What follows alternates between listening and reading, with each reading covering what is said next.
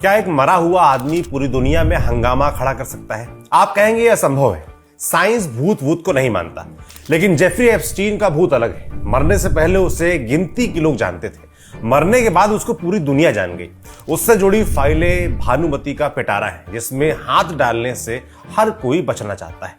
जैसे ही एक फाइल खुलती है, कई सफेद पोश दागदार दिखने लगते हैं, वैसे सफेद पोश जो हमारी आपकी दुनिया को कंट्रोल करते हैं।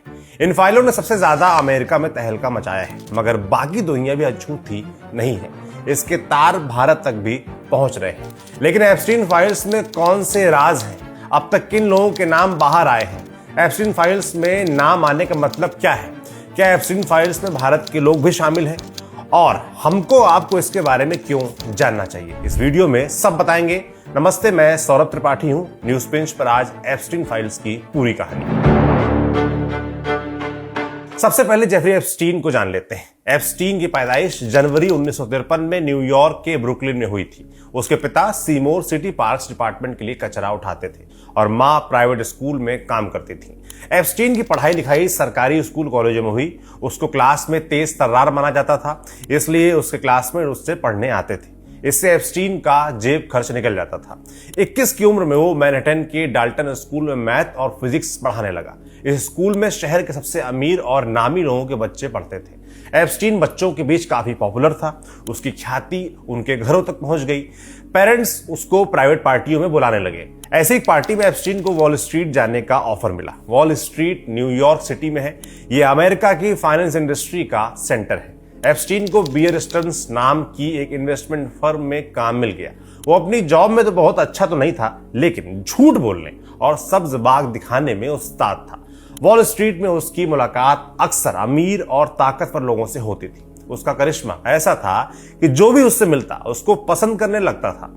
वे लोग एप्स्टीन से अपनी निजी जिंदगी के राज भी साझा करते थे। धीरे धीरे एप्स्टीन को उनकी कमजोरी समझ आने लगी। उसने उनका इस्तेमाल अपने फायदे के लिए करना शुरू किया। एप्स्टीन ने शुरुआत में छोटे मोटे फ्रॉड किए। जब शिकायत ऊपर तक पहुंची तो बड़े अधिकारियों ने कोई संज्ञान नहीं लिया। इसका एक कारण यह भी था कि उनमें से कई लोग अय्याशी के लिए एप्स्टीन पर निर्भर थे। वो उनके काफी राज जानता था। इसने एप्स्टीन को और बड़ा फ्रॉड करने की हिम्मत दी। उसको समझ आया कि अगर अमीर बनना है तो इसी रास्ते पर चलना होगा। बियर स्टर्न्स में एप्स्टीन ने 1981 तक नौकरी की। फिर गबन के एक मामले में उस पर जुर्माना लगा और उसको 2 महीने के लिए सस्पेंड कर दिया गया। तब एप्स्टीन ने कंपनी से इस्तीफा दे दिया, लेकिन तब तक इतने कनेक्शन बन चुके थे कि उसको कोई अफसोस नहीं था। 1982 में एप्स्टीन ने अपनी कंपनी बनाई। वो अमीरतम लोगों के पैसे मैनेज करने लगा। उसके बारे में मशहूर था कि वो $1 बिलियन से कम वाले क्लाइंट से बात तक नहीं करता। फिर तेजी से एप्स्टीन के पास पैसा आ रहा था। उसकी प्रेमिकाओं की संख्या भी बढ़ रही थी। एक समय में उसके कई प्रेम प्रसंग चलते थे। उसकी नजर हमेशा अमीर और सोशल स्टेटस वाली महिलाओं पर होती थी। उनके जरिए उसको बड़े क्लाइंट्स मिलते थे। उनको बोतल में उतारना उसको बखूबी आता था। एप्स्टीन की सबसे चर्चित गर्लफ्रेंड गिलेन मैक्सवेल थी। उसके पिता रॉबर्ट मैक्सवेल ब्रिटेन में सांसद रह चुके थे और कई अखबारों और पब्लिशिंग बिजनेस को चलाते थे। जब रॉबर्ट को पता चला कि उनकी बेटी किसी जेफरी एप्स्टीन को डेट कर रही है, उन्होंने उसके बारे में पता लगाने के लिए कुछ लोगों को फोन मिलाया। जहां कहीं उनका फोन गया, उसने एप्स्टीन की तारीफ ही की। इसके कुछ महीने बाद शिप से गिरकर रॉबर्ट की मौत हो गई। बाद में पता चला कि उसने अपनी कंपनी के पेंशन फंड में फ्रॉड किया था। इस घटना ने मैक्सवेल फैमिली की इमेज बहुत तहस नहस कर दी। उन्हें ब्रिटेन में लुटेरे और धोखेबाज की तरह देखा जाने लगा। उनका बिजनेस एम्पायर ढहने की कगार पर पहुंच गया।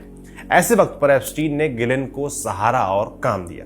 गिलेन उसी के साथ रहने लगी। गिलेन को अपने पिता से राजनीति, मीडिया और एंटरटेनमेंट की दुनिया के कॉन्टैक्ट्स मिले थे। उसने एप्स्टीन को और भी प्रभावशाली लोगों से मिलवाया।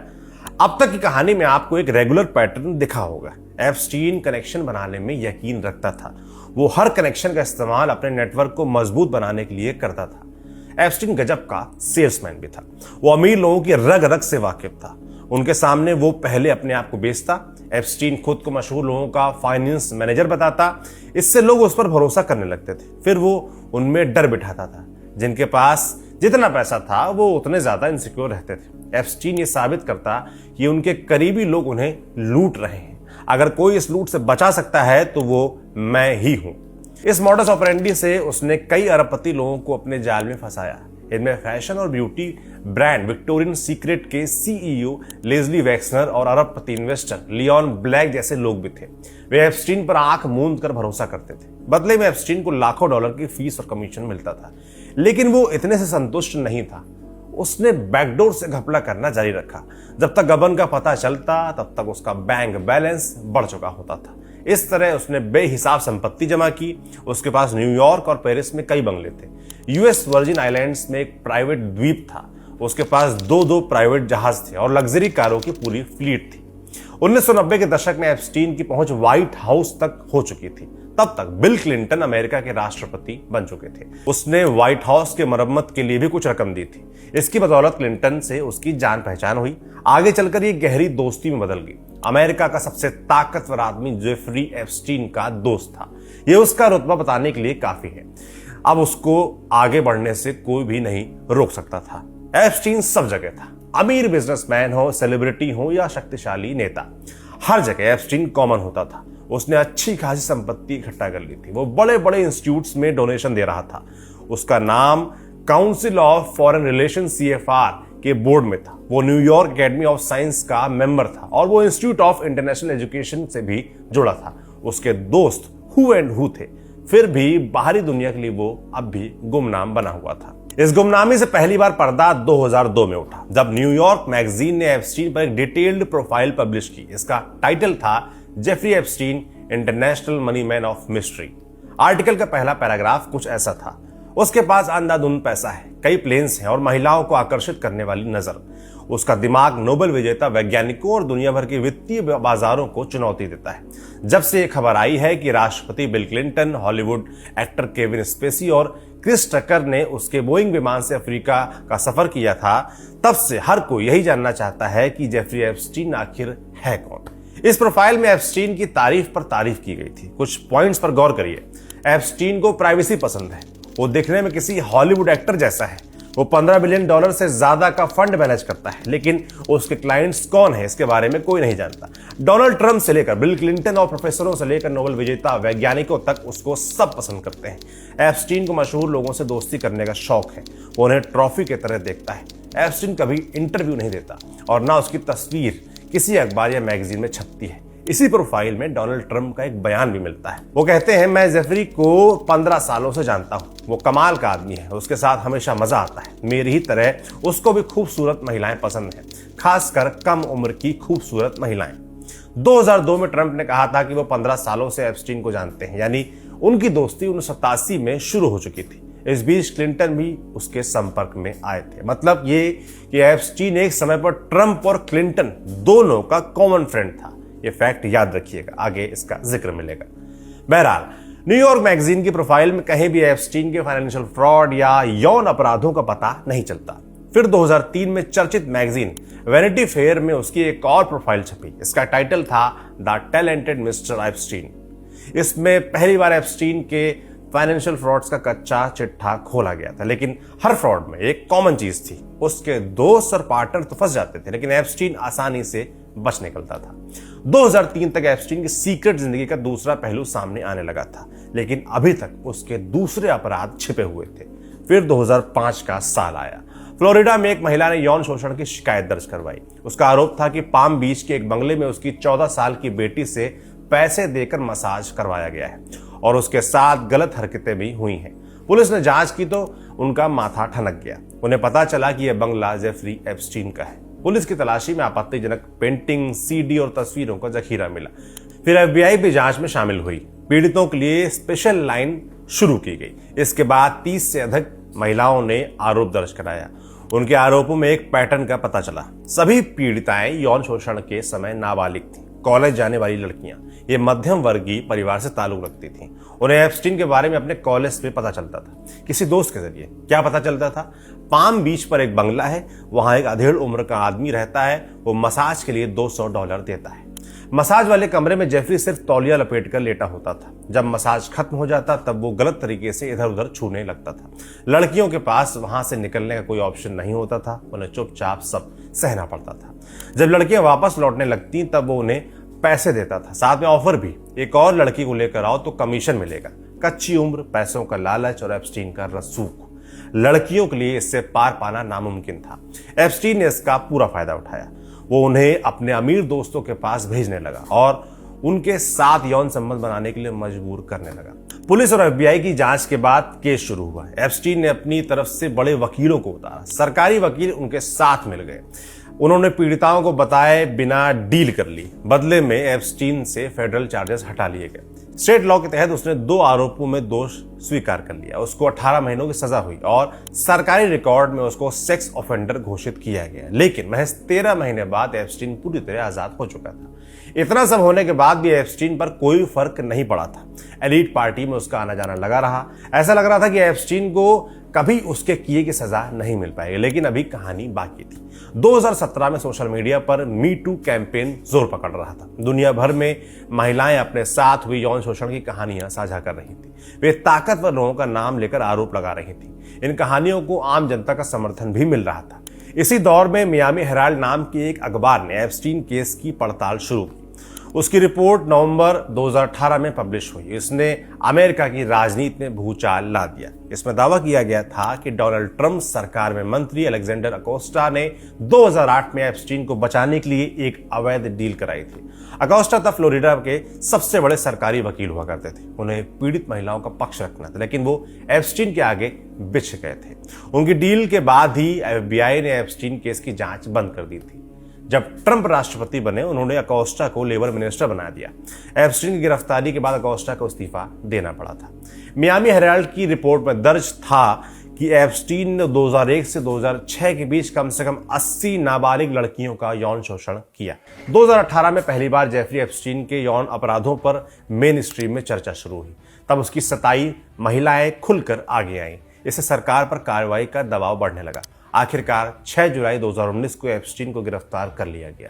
उसके खिलाफ नाबालिग लड़कियों की यौन शोषण और तस्करी का चार्ज लगा था। उसने सभी आरोपों से इनकार कर दिया। एप्स्टीन के केस का ट्रायल 2020 में शुरू होने वाला था, लेकिन 10 अगस्त 2019 को जेल में ही उसकी मौत हो गई। अफसरों ने कहा कि उसने खुद अपनी जान ली है। इसके बाद कॉन्स्पिरेसी थ्योरीज चलने लगी। जिस सेल में एप्स्टीन को रखा गया था उसकी 24 घंटे निगरानी होती थी, लेकिन मौत वाले दिन सारे कैमरे खराब थे और गार्ड सो रहे थे। एक थ्योरी यह भी थी कि एप्स्टीन का खेल खत्म हो चुका था। उसके पास कई नामी गिरामी लोगों से जुड़े सबूत थे। वो कईयों की पद प्रतिष्ठा धूमिल कर सकता था, इसलिए उसे जेल में ही मरवा दिया गया। हालांकि एप्स्टीन की पुरानी गर्लफ्रेंड गिलेन मैक्सवेल को 20 बरस की सजा मिली। उस पर आरोप था कि वो यौन अपराधों में एप्स्टीन की मदद करती थी। गिलेन अभी भी जेल में है। जब एप्स्टीन की मौत हो चुकी है, फिर भी उस पर बहस क्यों चल रही है? सवाल ये उठता है। दरअसल जेफरी एप्स्टीन से कई नामी लोगों का नाम जुड़ा था। वो कई घृणित अपराधों का मास्टरमाइंड था। क्योंकि पब्लिक फिगर्स खुद को नैतिक और आदर्श बताते नहीं थकते, इसलिए उनकी सच्चाई सबको पता चलनी चाहिए। अगर उन्होंने कोई गलत काम किया है तो उन्हें प्रॉपर सजा भी मिलनी चाहिए। इसी वजह से ये मांग चल रही थी कि एप्स्टीन केस की सभी डॉक्यूमेंट्स पब्लिक किए जाएं। इनमें फोटोज, वीडियोस, ईमेल्स, इन्वेस्टिगेशन के डॉक्यूमेंट्स और तमाम दूसरे रिकॉर्ड शामिल हैं। इनको सामूहिक तौर पर एप्स्टीन फाइल्स कहा जा रहा है। 2024 के इलेक्शन कैंपेन में डोनाल्ड ट्रंप ने वादा किया कि अगर मैं राष्ट्रपति बना तो एप्स्टीन फाइल्स को तुरंत रिलीज कर दूंगा। जनवरी 2025 में ट्रंप दूसरी बार राष्ट्रपति बन भी गए, लेकिन एप्स्टीन फाइल्स को रिलीज करने से बचते रहे। फिर जुलाई में ट्रंप और एलन मस्क का झगड़ा हो गया। तब मस्क ने आरोप लगाया था कि ट्रंप का नाम एप्स्टीन फाइल्स में, इसलिए वो इसे रिलीज नहीं कर रहे हैं। बाद में मस्क ने यह ट्वीट डिलीट कर लिया था, मगर एप्स्टीन फाइल्स पर बहस तेज हो चुकी थी। ट्रंप के सपोर्टर्स भी फाइल्स रिलीज करने की मांग कर रहे थे। आखिरकार नवंबर 2025 में अमेरिका के संसद ने एप्स्टीन फाइल्स ट्रांसपेरेंसी एक्ट पास किया। इसके तहत 1 महीने के अंदर जस्टिस डिपार्टमेंट को एप्स्टीन केस से जुड़ी सभी फाइलों को सार्वजनिक करना था। इसकी डेडलाइन 19 दिसंबर 2025 की तय हुई, मगर 19 दिसंबर को जस्टिस डिपार्टमेंट ने लगभग 4000 फाइलें ही रिलीज की। ये एक हिस्सा भर है। ज्यादातर फाइलों को बुरी तरह रिडैक्ट किया गया है। लगभग 550 पन्नों में काले स्केच की भरमार है। उनसे कोई काम की जानकारी नहीं मिलती। ये ट्रांसपेरेंसी एक्ट का उल्लंघन है। जस्टिस डिपार्टमेंट ने कहा कि विक्टिम्स की पहचान छिपाने के लिए ऐसा करना पड़ा, लेकिन जिस तरह से फाइल्स रिलीज की गई वो लोगों को भरमाने की तरकीब भर लगती है। अभी तक जो जानकारी उपलब्ध थी उसमें कुछ नाम और तस्वीरें बढ़ गई हैं, वरना कोई भी ऐसी चीज बाहर नहीं आई है जो एकदम अप्रत्याशित हो या जिससे किसी के अपराध का पता चलता हो। अब तक एप्स्टीन फाइल्स में किन लोगों के नाम आ चुके हैं अब ये जानते हैं। सबसे चर्चित नाम अमेरिका के मौजूदा राष्ट्रपति डोनाल्ड ट्रंप का है। 19 दिसंबर से पहले ट्रंप और एप्स्टीन की साथ में कई तस्वीरें बाहर आ चुकी थी। वे दोनों अक्सर पार्टियों में साथ दिख जाते थे। एक बार ट्रंप ने पर्सनल मैसेज के साथ अपनी किताब एप्स्टीन को गिफ्ट की थी। इसके अलावा ट्रंप की पहली पत्नी इवाना और बेटी इवांका का नाम एप्स्टीन की ब्लैक बुक में मिला है। ब्लैक बुक जेफरी एप्स्टीन की पर्सनल डायरी थी। उसमें उसके करीबी दोस्तों के नाम, नंबर और एड्रेस दर्ज रहते थे। एप्स्टीन ने यह भी दावा किया था कि उसने ट्रंप को मेलानिया से मिलवाया। मेलानिया इससे इनकार करती थी। हालांकि तीनों को कई मौके पर साथ देखा गया था। 19 दिसंबर को रिलीज हुई फाइल्स में एक कोर्ट डॉक्यूमेंट का भी जिक्र है। इसके मुताबिक एप्स्टीन 14 साल की एक लड़की को ट्रंप के घर लेकर गया था। उसने ट्रंप से पूछा था, ये तुम्हें पसंद है? तब ट्रंप ने हाँ में सिर हिलाया था। हालांकि इस डॉक्यूमेंट में ट्रंप के खिलाफ कोई आरोप नहीं लगा है। दूसरा बड़ा नाम अमेरिका के पूर्व राष्ट्रपति बिल क्लिंटन का है। एप्स्टीन फाइल्स में उनका नाम कई बार आया है। क्लिंटन की अलग अलग महिलाओं के साथ तस्वीरें मिली हैं। एक तस्वीर में क्लिंटन हॉट टब में लेटे हैं और उनके ऊपर एक महिला झुकी है। महिला का चेहरा छिपाया गया है। क्लिंटन की एक पेंटिंग भी एप्स्टीन फाइल्स में है। इसमें वो महिलाओं वाली ड्रेस पहने दिख रहे हैं। क्लिंटन ने 2000 के दशक में दावा किया था कि उन्होंने एप्स्टीन के साथ संबंध तोड़ लिए हैं। हालिया रिलीज के बाद उनके प्रवक्ता ने कहा कि उन्हें बलि का बकरा बनाया जा रहा है। लेकिन 2011 में क्लिंटन ने वैनिटी फेयर मैगजीन को धमकी दी थी। उन्होंने एप्स्टीन के खिलाफ रिपोर्ट छापने से मना किया था। और तो और एप्स्टीन ने एक दफे निजी बातचीत में कहा था कि क्लिंटन को कम उम्र की लड़कियां पसंद हैं। तीसरा नाम माइक्रोसॉफ्ट के को फाउंडर बिल गेट्स का है। बिल गेट्स की कम से कम 2 महिलाओं के साथ तस्वीर सामने आई है। गेट्स ने बयान दिया कि उन्होंने डोनेशन के सिलसिले में एप्स्टीन के साथ डिनर किया था, लेकिन प्रोजेक्ट आगे नहीं बढ़ा, इसलिए उन्होंने रिश्ता तोड़ लिया। हालांकि 2023 में छपी वॉल स्ट्रीट जर्नल की रिपोर्ट कुछ और ही कहती है। उनका रिश्ता डोनेशन प्रोजेक्ट से कहीं ज्यादा का था। रिपोर्ट के मुताबिक एप्स्टीन को गेट्स के एक सीक्रेट अफेयर की डिटेल पता थी। उसने इस जानकारी का इस्तेमाल गेट्स को धमकाने में किया था। चौथा बड़ा नाम प्रिंस एंड्रयू का है। एंड्रयू ब्रिटेन के राजा चार्ल्स के छोटे भाई हैं। एप्स्टीन फाइल में उनका नाम भी कई बार आया है। 2019 में वर्जीनिया जॉफ्री नाम की महिला ने उन पर यौन शोषण का आरोप लगाया था। वर्जीनिया का दावा था कि एप्स्टीन ने उसको एंड्रयू के पास जाने के लिए मजबूर किया था। एंड्रयू ने पहले तो वर्जीनिया को पहचानने से मना किया, मगर बाद में उन्होंने कोर्ट के बाहर सेटलमेंट कर लिया। इस कांड के चलते अक्टूबर 2025 में उनका प्रिंस का टाइटल छीन लिया गया और उन्हें शाही महल से निकलने का आदेश भी मिला। उससे पहले ही मार्च 2025 में वर्जीनिया जॉफ्री की कार को एक बस ड्राइवर ने उड़ा दिया था। इसमें वर्जीनिया गंभीर रूप से घायल हो गई और इसके महीने भर बाद घर में उसकी लाश मिली। पुलिस ने उसको आत्महत्या करार दिया था। वर्जीनिया उन महिलाओं में से थी जिसने एप्स्टीन के खिलाफ मुखर होकर कैंपेन चलाया था। पांचवा नाम ब्रिटिश राजनेता पीटर मेंडलसन का है। पीटर को फरवरी 2025 में अमेरिका में ब्रिटेन का राजदूत बनाया गया था, मगर एप्स्टीन फाइल्स में नाम आने के बाद उनको इस्तीफा देना पड़ा। छठा चर्चित नाम मशहूर दार्शनिक और अध्यापक नोम चॉम्स्की का है। 2015 और 2016 में नोम चॉम्स्की और एप्स्टीन कई बार मिले थे। इन दिनों चॉम्स्की MIT में पढ़ा रहे थे। 2017 तक उनके बीच ईमेल के जरिए बातचीत हो रही थी। सातवां नाम स्टीव बैनन का है। बैनन पहले टर्म में ट्रंप का राइट हैंड था। उसने ट्रंप के इलेक्शन कैंपेन को लीड किया था। बाद में दोनों की दोस्ती टूट गई। बैनन को गबन और धोखाधड़ी के मामले में जेल भी जाना पड़ा था। एप्स्टीन फाइल्स में बैनन की कई तस्वीरें मिली हैं। वो ईमेल के जरिए एप्स्टीन के संपर्क में रहता था। बैनन उससे पॉलिटिकल मसलों पर सलाह भी लेता था। आठवां नाम इजराइल के पूर्व प्रधानमंत्री एहूद बराक का है। बराक 1999 से 2001 तक इजराइल के प्रधानमंत्री थे। 2007 से 2013 तक उन्होंने डिफेंस मिनिस्ट्री संभाली थी। बराक के एप्स्टीन से बड़े अच्छे संबंध थे। जब भी वो न्यूयॉर्क जाते, एप्स्टीन से जरूर मिलते थे। उन्होंने उसके प्राइवेट प्लेन से कई बार यात्रा भी की थी। 2023 में एहूद बराक ने कहा था कि उन्हें एप्स्टीन के गलत कामों के बारे में कुछ नहीं पता था। नौवां नाम पॉप स्टार माइकल जैक्सन का है। एप्स्टीन फाइल्स में जैक्सन कई बार दिखे हैं। जैक्सन के खिलाफ अलग से बच्चों के यौन शोषण का आरोप लगा था, लेकिन जैक्सन उन आरोपों से इनकार करते थे। 2009 में उनकी मौत हो चुकी है। 10वां नाम पीटर थिल का है। पीटर को पेपल बनाने के लिए जाना जाता है। वो फेसबुक पे सबसे पहले पैसा लगाने वाले लोगों में से थे और CIA के लिए काम करने वाले पेलेंटर टेक्नोलॉजी भी उन्होंने ही बनाई थी। उन्हें अमेरिका के टेक सेक्टर का किंग मेकर माना जाता है। पीटर थिल का नाम एप्स्टीन के ईमेल्स में आया है।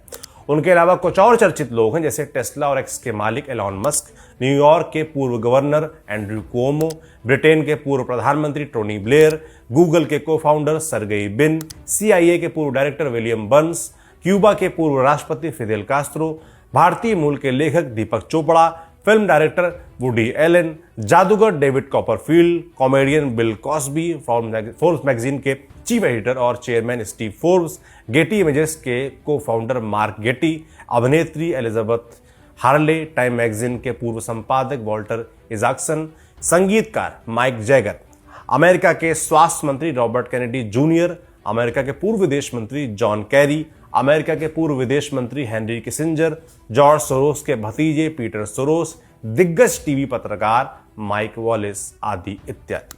ये लिस्ट पूरी नहीं है, हमने कुछ नाम इसलिए बताए हैं ताकि आपको एप्स्टीन के हाई प्रोफाइल नेटवर्क का एक अंदाजा मिल सके। इसमें से कुछ लोगों से एप्स्टीन के सीधे संबंध थे, वो इसके घर में रुकते थे, उसके प्राइवेट प्लेन में उड़ते थे और उसकी प्राइवेट पार्टियों में मेहमान बनते थे। कुछ लोगों से इसकी ईमेल के थ्रू बातचीत होती थी, जबकि कुछ नाम उसकी ब्लैक बुक तक सीमित थे। अभी तक जो फाइल्स रिलीज हुई हैं उनमें किसी व्यक्ति पर कोई आरोप साबित नहीं होता, लेकिन कुछ फैक्ट्स पर बात जरूर होनी चाहिए। नंबर 1, जिस वक्त ये लोग जेफरी एप्स्टीन के दोस्त बने तब तक वो कई फ्रॉड कर चुका था और अपने घर में लगातार यौन अपराध कर रहा था। ऐसा कैसे हो सकता है कि इतने ताकतवर लोग एक साथ एप्स्टीन के सभी गुनाहों से अनजान हो। नंबर 2, जिन भी लोगों के नाम एप्स्टीन फाइल्स में हैं वो कहीं ना कहीं हमारी दुनिया को प्रभावित करते हैं। पॉलिसी से लेकर टेक और मीडिया तक की दुनिया उनके इशारों पर चलती है। क्या कभी एप्स्टीन ने उनके डिसीजंस को प्रभावित किया? अगर हाँ, तो ये बात पब्लिक डोमेन में आनी चाहिए। एक और चीज, ये ऐसे लोग हैं जो बताते हैं कि एक आदर्श दुनिया कैसी होनी चाहिए। एक तरफ नोम चोम्स्की कहते हैं अमीर लोग सिर्फ एक दूसरे के प्रति जवाबदेह होते हैं, उन्हें किसी और की फिक्र नहीं होती, वो मार्केट को आधुनिक समय की तानाशाही बताते हैं। दूसरी तरफ वो उन लोगों के साथ पार्टी करते हैं जो उनकी फिलॉसफी में विलेन है। बिल गेट्स और पीटर थिल जैसे लोग आर्टिफिशियल इंटेलिजेंस को कंट्रोल कर रहे हैं। बिल क्लिंटन, एहुद बराक और टोनी ब्लेयर जैसे लोग किसी देश की कमान संभाल चुके हैं। ट्रंप अभी अमेरिका को चला रहे हैं। पत्रकार, वैज्ञानिक, फिल्म डायरेक्टर, लेखक, बिजनेसमैन, हर फील्ड के लोग एप्स्टीन फाइल्स में हैं। वे या तो खुद पीडोफाइल यानी बच्चों के यौन शोषण में शामिल थे या उन्होंने एक घोषित पीडोफाइल को लगातार शह दी। किसी ने भी फाइल खुलने से पहले जेफरी एप्स्टीन का विरोध नहीं किया और ना उसके गुनाहों के खिलाफ आवाज उठाई।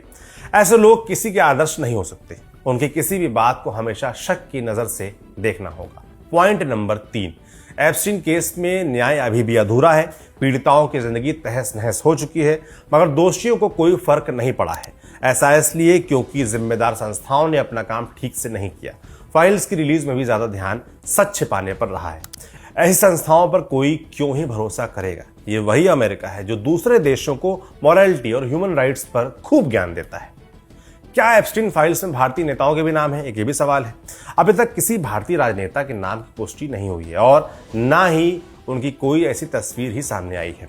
सोशल मीडिया पर कुछ पोस्ट पर ऐसा दावा किया जा रहा है, लेकिन उनकी सत्यता पर संदेह है। सही जानकारी के लिए ऑफिशियल डॉक्यूमेंट्स और ऑथेंटिक न्यूज सोर्सेस पे ही भरोसा करें। ध्यान रहे, नाम आने का मतलब ये नहीं है कि अमुक व्यक्ति किसी अपराध में शामिल है। कोई नाम के संदर्भ में आया है, एप्स्टीन से उस व्यक्ति के संबंध कैसे थे और इसको लेकर क्या पुख्ता जानकारियां उपलब्ध हैं, इन सवालों की पड़ताल करने के बाद ही किसी निष्कर्ष पर पहुंचे। जिस दौर में इंफॉर्मेशन वॉरफेयर जोरों पर हो, वहां एक अधूरी या गलत जानकारी कोई जानकारी नहीं होने से ज्यादा खतरनाक हो सकती है। एप्स्टीन फाइल्स का एपिसोड अभी पूरा नहीं हुआ है, अभी भी लाखों पन्ने रिलीज होने बाकी हैं। उम्मीद यही की जानी चाहिए कि अच्छी नीयत से सच बाहर लाया जाएगा, दोषियों को सजा दिलाई जाएगी और सबके लिए न्याय सुनिश्चित किया जाएगा। फिलहाल इस वीडियो को यहीं समाप्त करते हैं। एप्स्टीन फाइल्स के बारे में आप क्या सोचते हैं, हमें कमेंट बॉक्स में लिखकर जरूर बताएं। फिर किसी वीडियो में मुलाकात होगी। तब तक के लिए मुझे यानी सौरभ त्रिपाठी को विदा दीजिए और देखते रहिए न्यूज़ बेंच।